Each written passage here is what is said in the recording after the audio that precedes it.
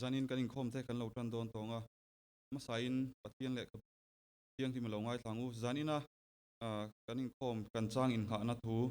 sam number za som nga na hi kan chiarange lalpa fakrau lalpa chu fakrau pathian chu amun thiang thi ma chuan fakula athil ti theina boruak zau taka khian ama chu fakrau athil ti ro pui takte awangin ama chu fakula aro puina satjia angzelin ama chu fakrau totoro drin ama chu fakula per khuang le ting tangin ama chu fakrau khuang te le lamin ama chu fakula ting tang chi sang sang le pheng longin ama chu fakrau darben thek rithu mi in ama chu fakula darben thek rifiak mi in ama chu fakrau engkim thothei to phot chuan lalpa chu fakro se lalpa chu fakrau kan bible chang chirte kan zatan lalpan malmin som sakro se pathian ma kunin lo tong trayang olalpa kan pathian ngai tu nangin zaina ke ni zotlang christian thalai polte fakzai in khom hun mang thei tura lalpa mi hetizat meite min ruai khom le awang hian in hena lom thum sain kanon soya lalpa zanina hetlai huna ron kal khom te hi ti sa le tharau lama te lalpa in mi in anglo tak tak te kan ni amai ro chu lalpa zanina hian i tharau thiang limin min ompuila lalpa i fakla kan sak mang te le i thu kan ngai thlak mang ten lalpa zaina ron kal zong zong te i tharau thiang limin min pola lalpa nangma tharau thiang lim eng chu lalpa ke mani hian lo eng se kan du hle mai chu eng chu lalpa ke mani in thewa te kan zirna ina te kan hato namuna te le lalpa he zotlang khutlang nge ya hian lalpa puddar alo ni a lalpa chu eng chu mi ten an lo hmuwa nangma fakle choi moina du na te le lalpa he christian thalai pola nge po lalpa telve chak na thinlung te an lo put theina turin lalpa keimani a hian nangma tharau thiang lim eng chu lo om se kan du hle mai chutiang tak ani theina tan chun lalpa zanina kain khom te khongai takin nangin malmin som sakang che ti chun lalpa zanina chanvo changtu tur zong zong te po nangmani tharau thiang limin ompuin ti chakla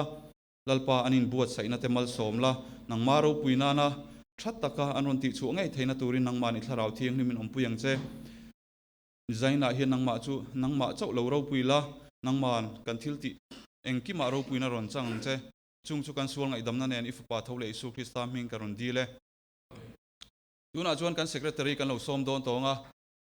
in chiana tale puan tur tul oma piang te puang turin kan lo somanga ani alo kal zo hianin kan tran tu kha ko non le ngai loin lo amun ron lu hal mai se thome tuna kan secretary lo somang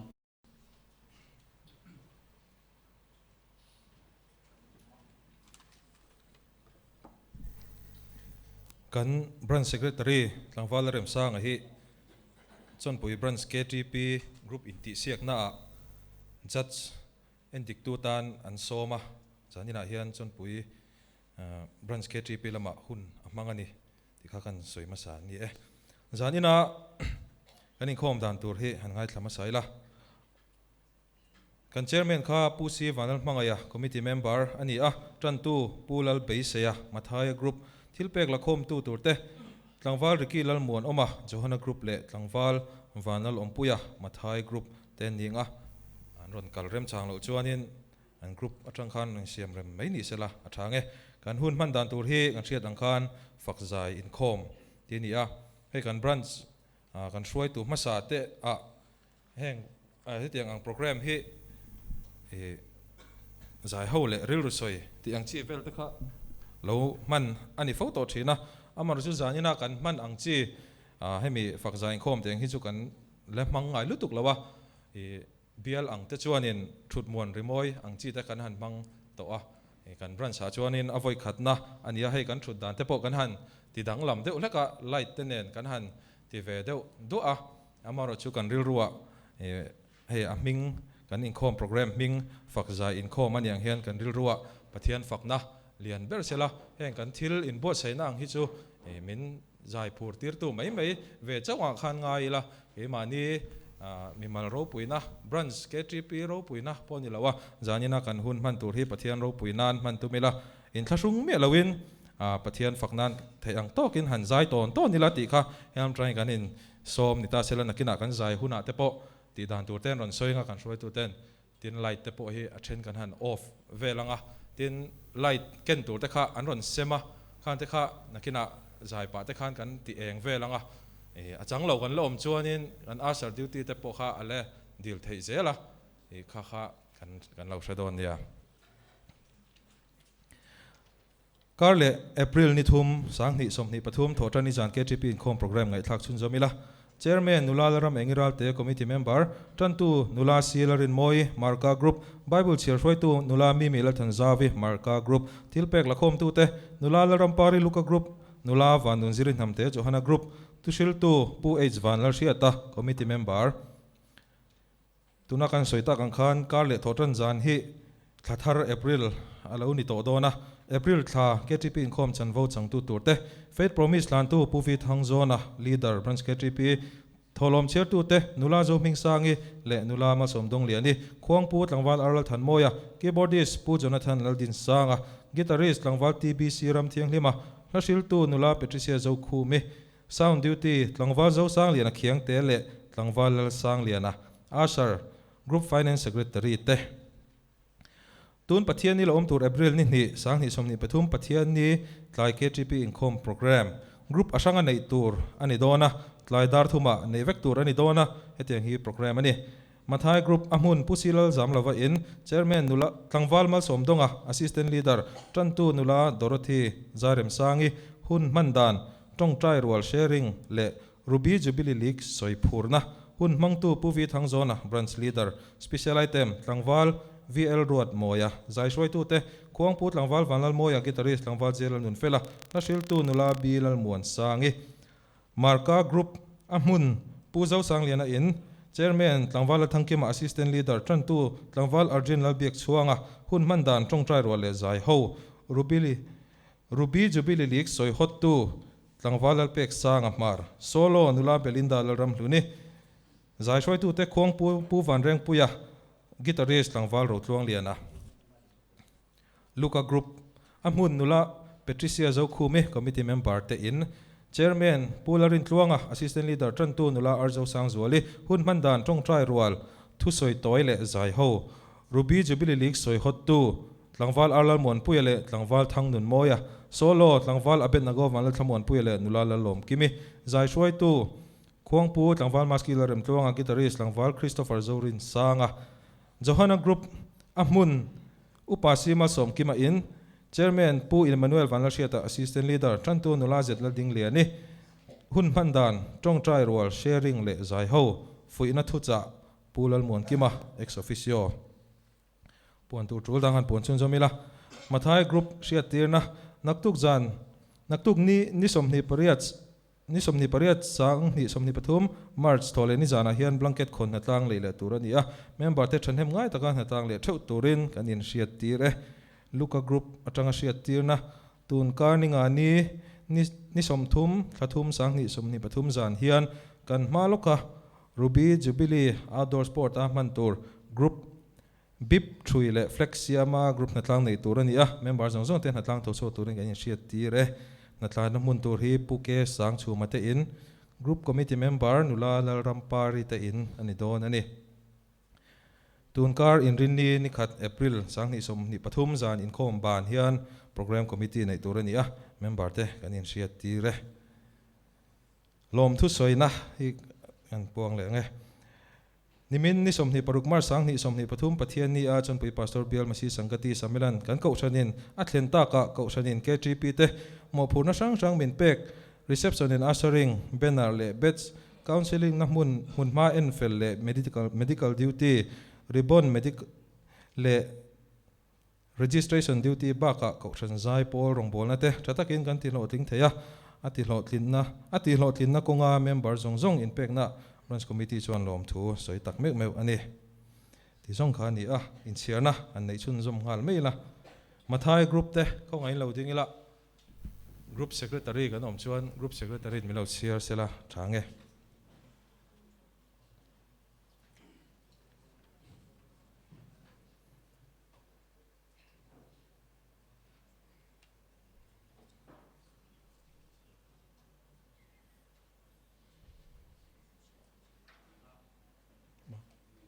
ni nga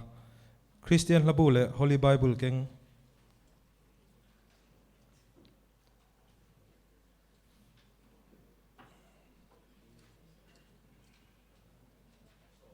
som marka group te lo dingila secretary in melo chiar le hal sela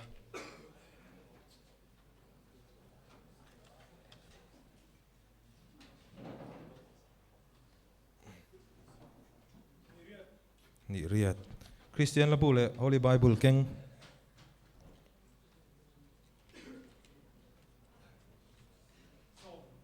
so Luka group te lo ding leila secretary in melo chiar le se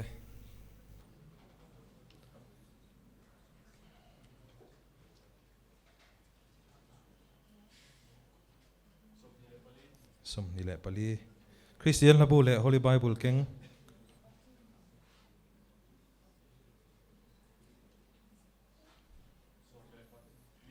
som pali Johanna group te ko ngayon loading ila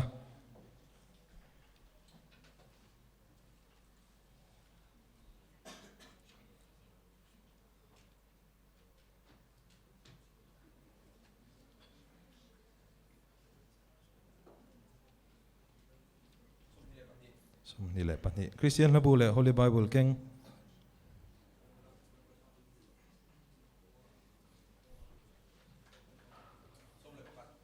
som pakat kanin chirna le ding lo chim tu emo group om na shelo kanom chuan khong ein ban pharila kanom lo niang e zanina hian mi za kanin khom ani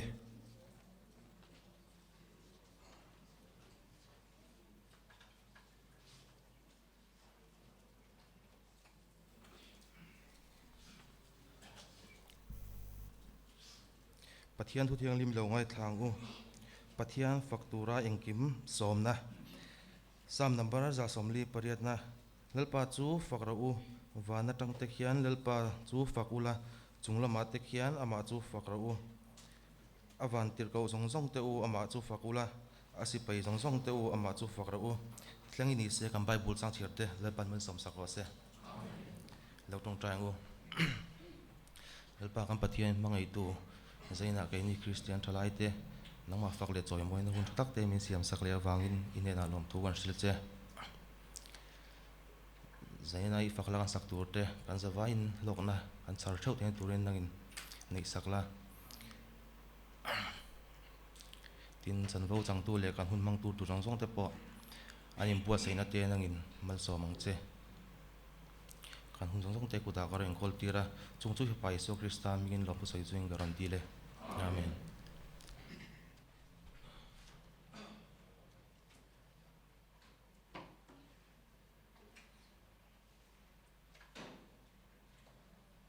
tuna chuan thil pek te khan lo la khom don tonga kan thil pek te kan hlak khom chungin conference labu number pangana kan zin konga ti kha Pathian fakle choi moinan kan sadon ne kan zin konga tui phone ten min chim kan pil thwai do ne ilam kan lo hoi khwa kan tai ma hian lo nai ro chan dam tu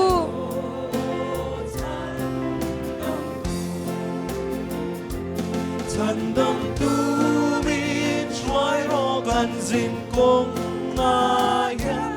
hi le ro tui phone ten min chin reng kan dik na lung pui ngik ve nga lo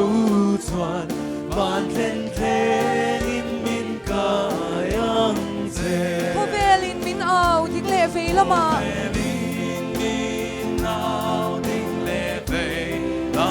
mu sit na au thom ten min on chonga har sat na kara kan mit tui far hi lom na ha an chang nge yang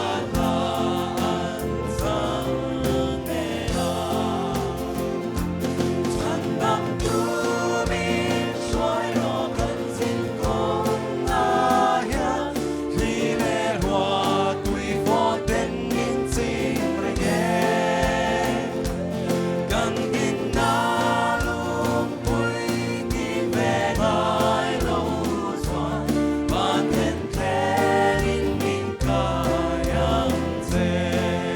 chung ni chiar dan min sir ti rang che Ivan chan chin khi min sil non fo la Sin kong thui tak hi nang tel lo chuanin Kan zuam lo min shwa yang che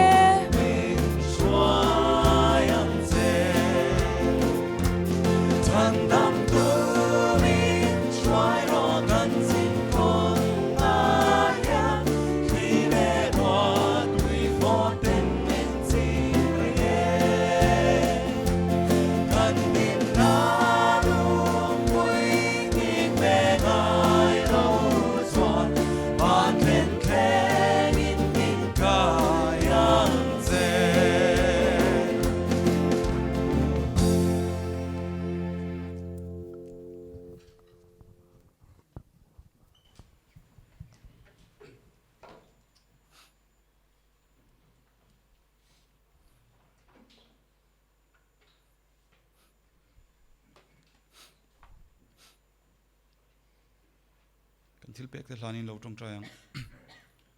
olal pa kan pathian mai tu nang in zaina in khom na hun thatak te min siam sak le awang hin hena lom thu kanon soya alpa zaina i ma kanon kunin kan sum le pai kan na yang chun tlem te te i ma kanon keng khom le ta a alpa heng kan sum le pai ron la khom te hi K3P rong bol na tan te a lalpa tangkai taka man alo ni nan le avong tu te pona thataka an von theina turin ikut pa kan lalpa Isu Krista min kanon hlane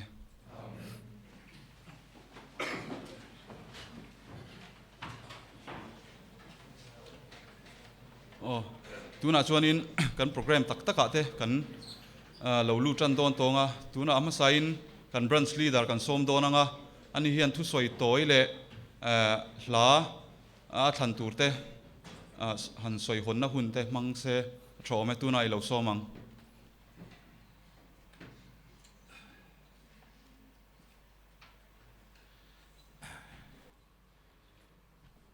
Beram boka pakhatania abo lo khasom ko pakwan nia abo nen khan za chen nia zaina za chia kan nia chu wang chuanin zaina hen kan kim in ka sia alo om hle mai ti chuan hei zaina pathian fakna hun man kan tuma kanin buat saya chuti mek lai chuan pathian hian ama faktur hian adu ulukup maya ti te karil ru oma zaina in khom kan kaldonin ru ansur de bur maya ru khanin min thlifim dewa ama fak du tak chin zong te po min hruai khom nin kan sia chu wang chuan zaina hian he kan program kan hun man tur hi a hlo tling na pakhat ni te point kan se hial ani ti chuan ruwa sur bur kara tuna te po kan ke mor lampang te chu a hu ala ro lawin ka ringa chu ti chung chuan chung zong po chuan zaina hen pathian kan fakna adal don lawani ti kha karil ruwa oma chu thuma kan soi ma salok ani kan banara thu injia kan huang hian sam number za somnga chang ruka chuan engkim tho thei to phot chuan lalpa chu fak ro se lalpa chu fak ro u ati hei hi somna ani lova ngen na po ani lova thupek ani engkim tho thei to phot chuan lalpa chu fak ro se ti ani ringot mai ani he thu hi sam fak na bua bung to ber chang to ber ani a sam bu fak na bupum pui khai khom na thu lom ring tu ama lali suwa Krista ring tu tena kan zom turani sam number som ni pani chang thuma chuan nima sela o nang Israel ho fakna cheng thin nang chu I thiang limani ti ani a kan pathian hi ama fakna cheng thina zaina po hian ama kan fakna hian kan zinga a cheng dona kan zinga a oma a om mek bokani chu wang chuan zaina hian kan thei patopin kan theina zong kan chakna zong a pathian fak hi kan ti turani Israel faten Jordan luyan kana an mabak le chi achu kul ro pui tak mai Jericho kul kal tlang ani chu Jericho kul kal tlang tur chuan eng man ruama an nei lo waral thuam an nei lo ma se pathian thu pe kan oya nisari chung Jericho kul an hela anisari nia voice sari an hel zo chi chuan pui thiam ten to torot an ham ria mi puyan au dura chu to torot rian ria chuan awa an pathian an fak thoma chuan chu kul pui chu lo chim ta vek mai ni ti chuan Israel mi te chu an mazon thewa chu kula chuan an lu thei pha ta ni tin tir ko te thil ti bung som paruk chang som ni paruka chuan tin thok le khata lir na sataka lo nginga chuti chuan tan in lungphum lam chu anginga tin kong khar zong chu ain hong nga la mitin kolbun te chu lo in phelati kan mu he thui chu kan shefau to me fak na in khoma chuan soi a lo khop mai chu tan in lungphum ti nginga tan in kong khar te honga an kolbun ti phel vek tu chu tir ko pol le sila fak na wangani Philippi lung in atang tir ko pol le sila fak na chuan chung zong chu a thlen tirani chu pathian thil ti theina an ne na lo thlengani zaina hian rui lo awangai mo rui lo wang kher lo poni theye har sat na chi sang he khovela kan tok mek poni thei re thei na te tin o na te tin chapo na tlang ate pokan lo ding palani thei chung sual sal tan na zong lakata min ti chuak thei tu chu pathian fak na hi ni pathian fak na in chung tan in lungphum zong chu ati ngingin ati chevek theya chu tan in kong khar chu min hon sak theya zaina hian sual kol kan bun sual kolina bin shen be tlat na ta min pheltir theya ni chuwang chuan zaina hian he pathian kan fak na hian thil ro pui tak min ti sak nge yang ti i be sei tlatang u Davida Israel hotelal lal ro pui tak mai chu pathian bom an lak le ta wanga alom em awangin Samuel apani na bungruk chang som palitir lama chuan tin Davida chu theito pin lalpa fakin alama ti theito pin lalpa fakin alam chu anu pui mikalin lo mu chuan a musit ril ruwa Davida chu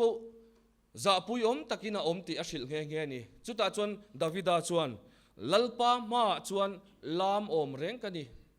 hei ai ma hian kala za pui omang keima po ka insit chewanga ti ani zaina hian pathian kan fak don kan ti mek la hian he kan taksa nge mang po hian ban pharin lam te poin kan fak turani chu kan ti om reng ani lal Davida chuan kalalpa ma hian lam om reng kan ni tin alam ani chu tiang chuan zaina keima ania insit na te za na te po a om thei tin mikali angkhan mikali kha keima ania po a om ani kalam chuan chu ti khati ti ang mani in za pui na te chu tiang chu omani ma se chung zong te chu pai tha a zaina hian pathian fakturin in bot sayang u atop bera chuan kan mi zo ring tu masa pupatea he khovela chuan fasra din mun re thei taka ding ani ma se pathian a muchiang ema aloma thi lui kama zai ni bing ka fakang ti in pathian a lo choi moya tuna chuan kan la thalaya thi lui kama ding lawa po kan la in ngai ani mai thei voina chuan sai ranga pawalai polte an pawal an natlan mek na an obg ngami pakhat chu lungphu cholina thiringot mai ni amaro chu chung chu kaini chuan kan tong ve lawila ka du'a kan tong ve lo po ni thei eng po ni se thi lui kama po kan fak zel tur chu kan pathian ani chu wang chuan zaina kan taksa that wang lai tak hian pathian fakila pupate chuan khobung khua ni akhi ta champhai chak le chong tun ma pe chuan motor kong la om lo tuifin riat a mulo sim chuti chung chuan kalom na tuifin riat in angin aliama thi lui ka ma zai ni bing ka fakang lo ti thei zaina hian chu pathian chu kan pathian ani a zaina hian he zotlang kausan hola hian zotlang branch ke gp10 thahnem ngai takin pathiani fakang u athulal pan kan zatan malmin som sak ro se amen pathian ma ko ni chong chayang vanangel ten an fak nin lo kan pathian ro pui bermin mangai tu iom pui na le ichen pui na du om tak mai zo tlang branch KGP ten kan chana wangin kan loma zaina hian kan zinga pathian om kan hne na pathian om ini a kan faka che kan choi moya che wana an fak chi a lalpa trong trai dan min zir tir angin leya wana mi ten an ti angin leya mi ten ti ro se ti angin zaina hian wana mi ten an fak ang che in fak che kan du khongai takin kan fak o mal min som sakla zaina hian kan fak ri in nen rim tui thleng phak lo ni se kan du i khong ina kuta kan ron in hlan ani kanin buat saina engkim i ro puinan min man sakla ro puina le choi moina zong lo changang che chung chu kan lalpa du tak Isu Krista mingin kan dila che amen lasiam tu chuan a mangai hlamoi ri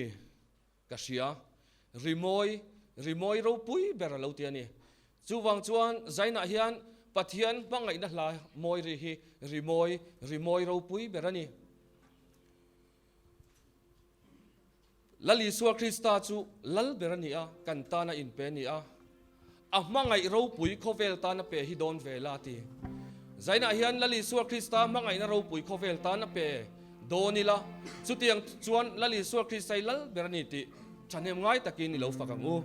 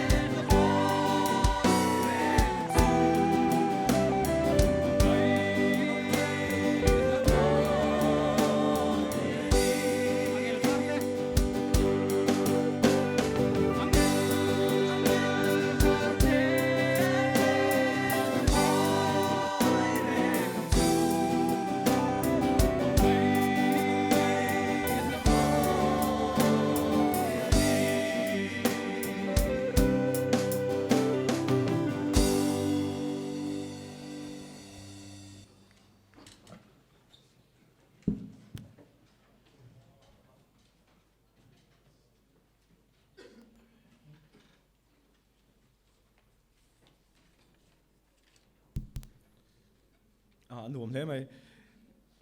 pathian faka lim taka zai hi ring tu tan chuan nuam ve hrim hrima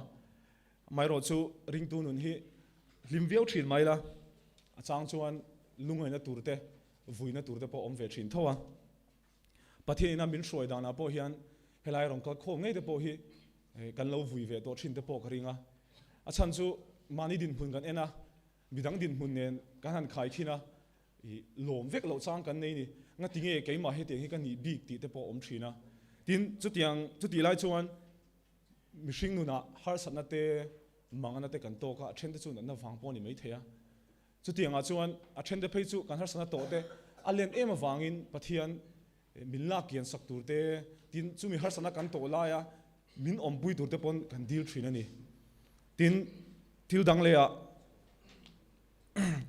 dam chung ko sakna ezonna wangte zirna te po midang din mun te kan ena mi nei angte mi din mun angte ni ve a nei ve te kan du thina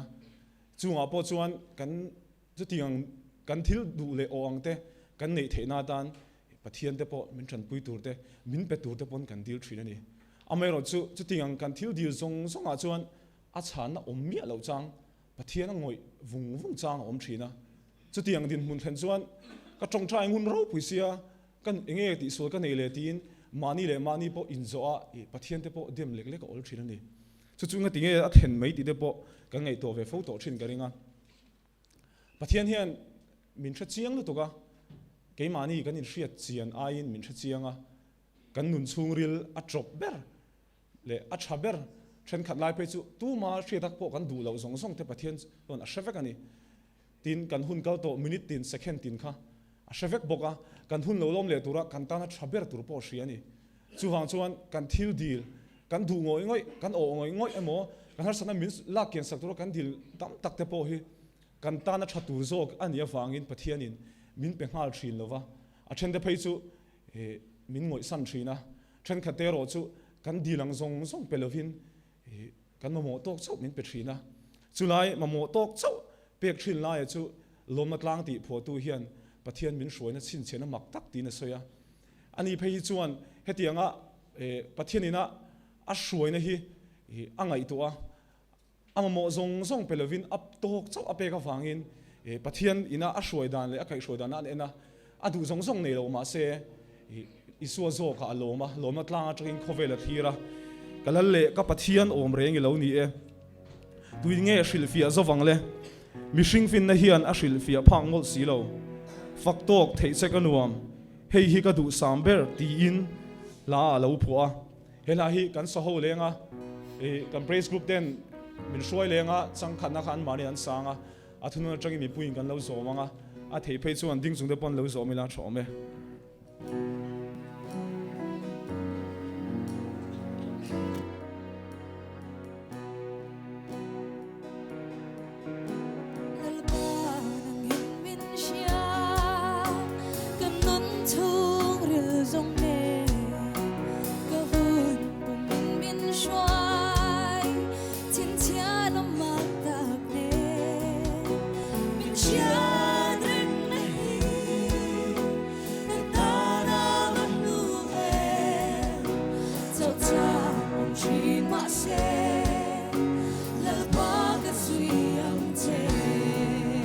Zai ni lo zo ma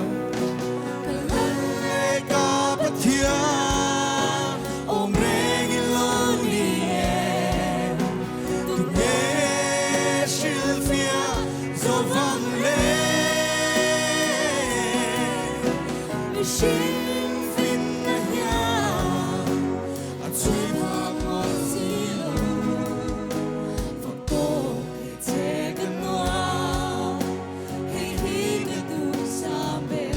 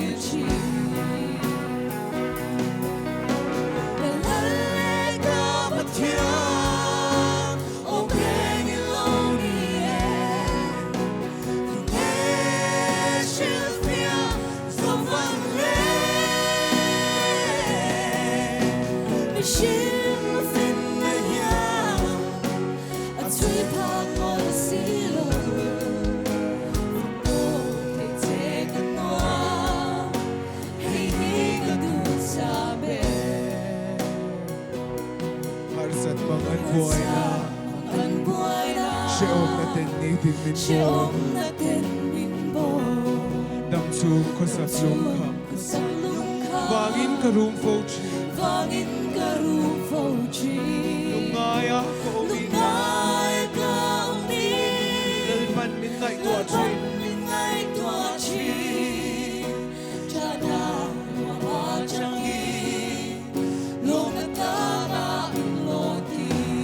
Lalle ka pathian om reng in odi e Lalle ka pathian om reng in odi e Tu ne shilfia so van me Mishin fin na ya A tui pa mon silo Fakko te kanwa Harsat mangan buhay na Siyong natin din buhay na Siyong natin min bo Damsuk sa suham Vangin ka buhay po chi Vangin ka rufo chi Lungaya kami Lalpan min ngay tua chi Chana wamachangi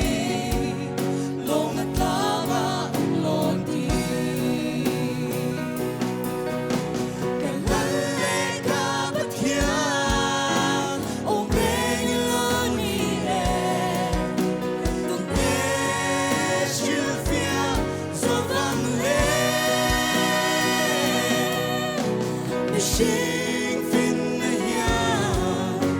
at sipag ng silo Fakko te kanwa hihiga du sabi Fakko te kanwa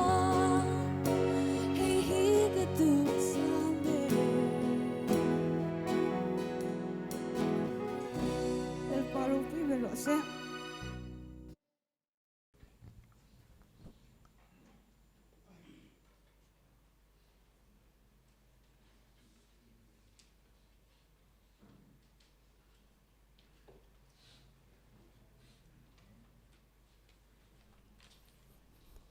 Tunge shilfia zawang le mishing fin na hian a chui phang mol si lo lal iswa nei tu kan ni hi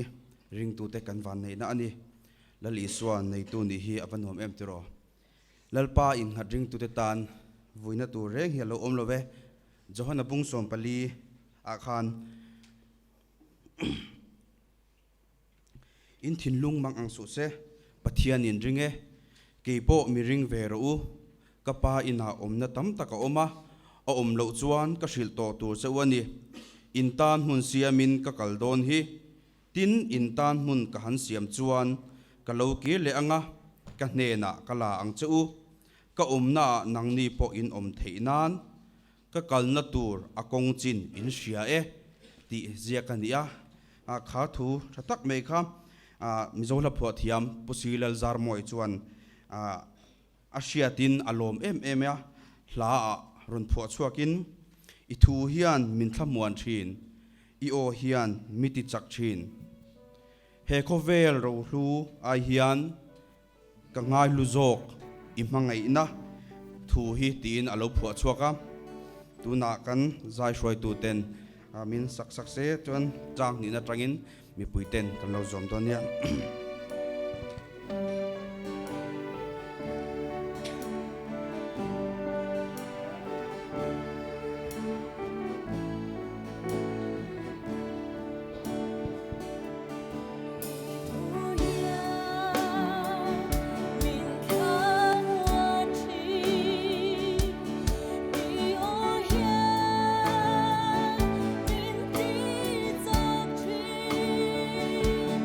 Hey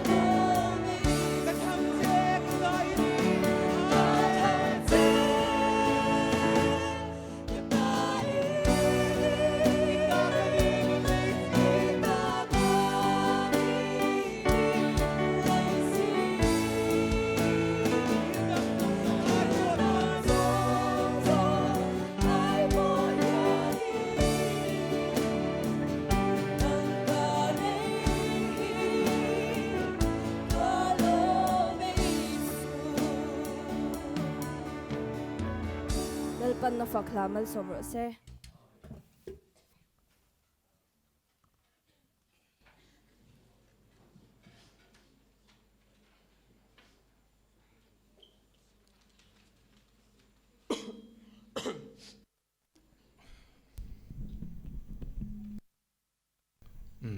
min mangai sia ti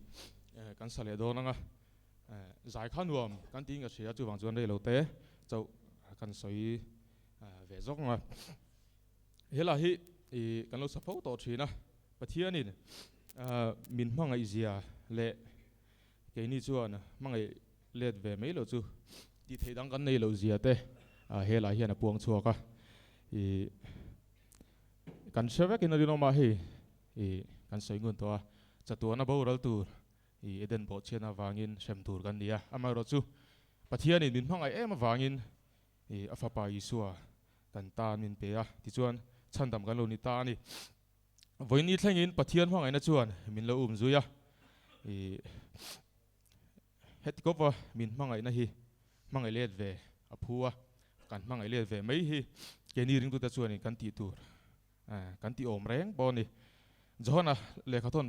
pakhatna bunga changthuma chuan pathian kan hmangai na chu hei hi ani athupek te zom hi athupek te chu akhir silova ti kan hmuwa chu wangin zanina loin khom zong zong te hi pathian thu oya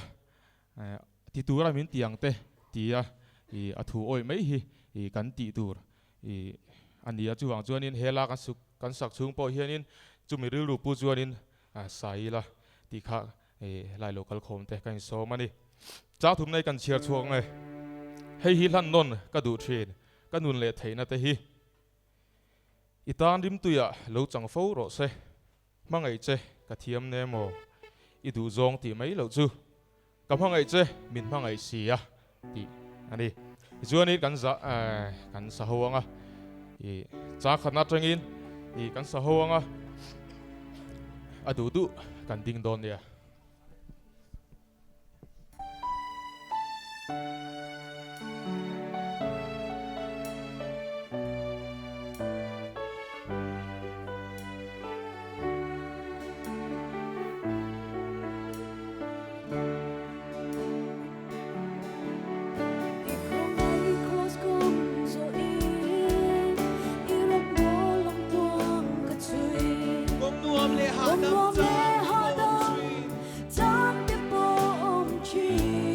thang le ral chi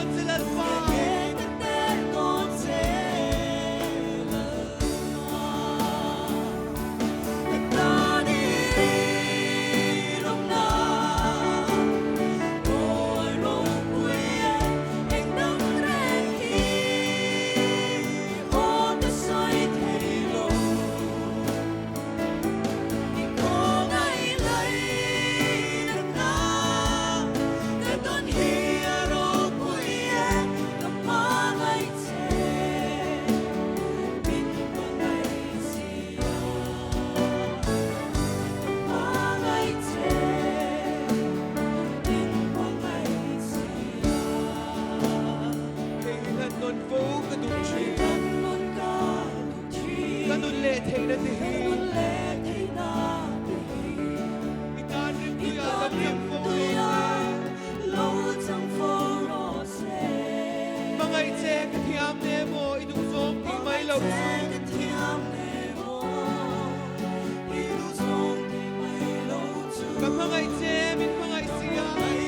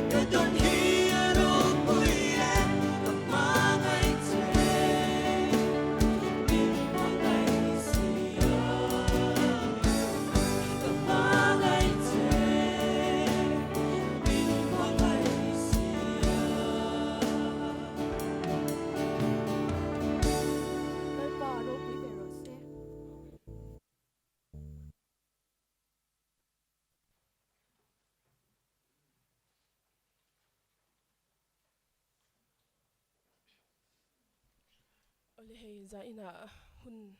nuam tak mai hun ro pui tak mai kan manga alom om hle mai zan in kan fak zaya kan lanu nung ber tur hi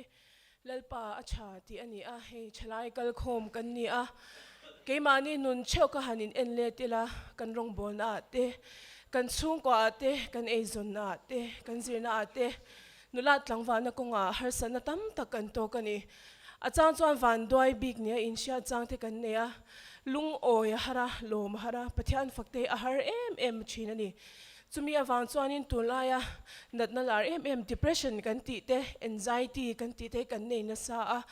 kan chalai pui tam takte phei chu heng natna awang te hianin an nun na an chan pha hi alani amai ro chu zan ina hian keini ring tu te ro hi chuanin chutiang lamlo zong chuan han thir chinila kan tanal pa chatna hi ingai to thar le ang u zan ina hianin zan in thenga amal som na kan don zo zai te a khongai na te alai na te kan don te hi a thon vekani a kan ti vere reng hi atel lawa keini swala boral tur mi bol hlo em te mi tling lo te mi fel lo te a thon lia lo in chan dam na min kong min hon sak te hi a ro pui em ani kan tluk chiat lai berte mi in min mu sita min ko lai te kan be don lai ber po a be se na nung min petu le min kai chuak tu chu kan lalpa chau hi ani a ama chau hi kan moi na kan ro pui na kan tlin na kan ha chul na kan thiang lim na ani a kan tan hian kan lalpa hi a chatak zet ani zan in kan fak zai in khom te hi hian lo khar doni la katan lalpa acha ani o acha ani ka kong te tloangin lang lo ma se hei hi ka shereng min en ko chin min mangai tu ani ke katan hian lalpa acha ani ti in pathian fakini lo zaila kan la shwai tu ten athuno na changin anon chananga ti chuan kan lo zom ve mai don ya Katan lalpa chani o katan chani ka kong te tluang in lang lo ma se hey ka shereng nen ko chi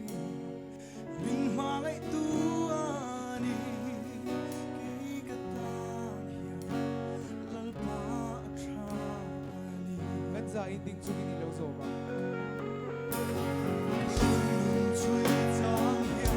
oi har mange har sat na le boy na tiyan ni sin min huai shi chan pui tur le om lo ya le om chui la lalpa be se na ero alum rem chi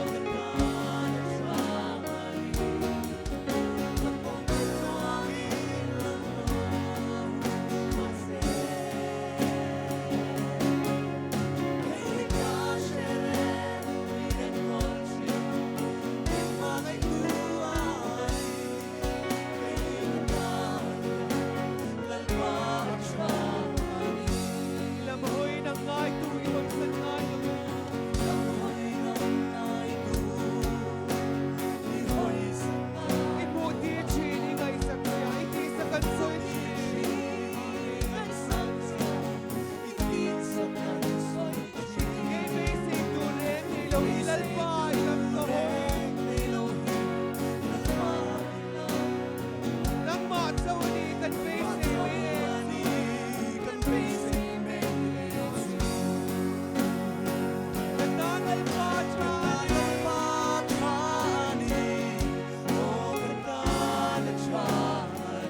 kakong tituangin lang lo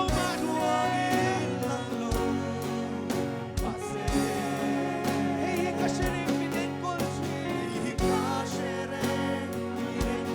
mit mga ituani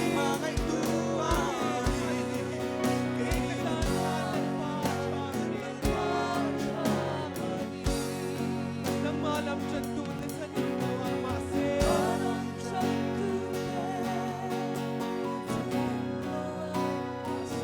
sa jagati imutir han itsensin na ang sang kay bolal pa hingtubel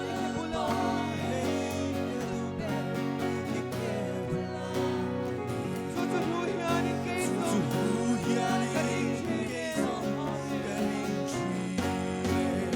Katan ang patani Katan ang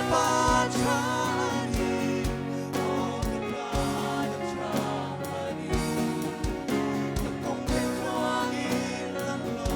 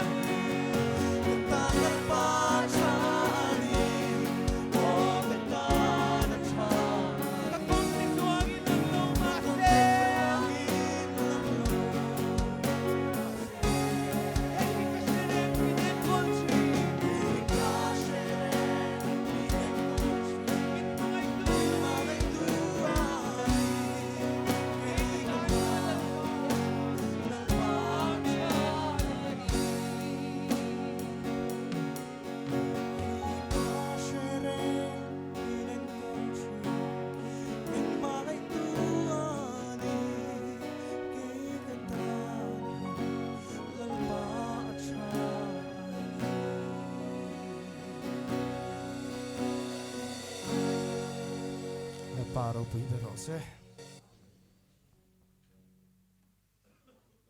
Meila zaina kan thilpe ka cheng sang ni zanga somria tani kanin khomte kan lo trin don tonga tuna chonin la kan sa tolo menga kan zawain lalbiak na mangin kan trong trai nga kanin khomte kan du tok don ye lo trong trai u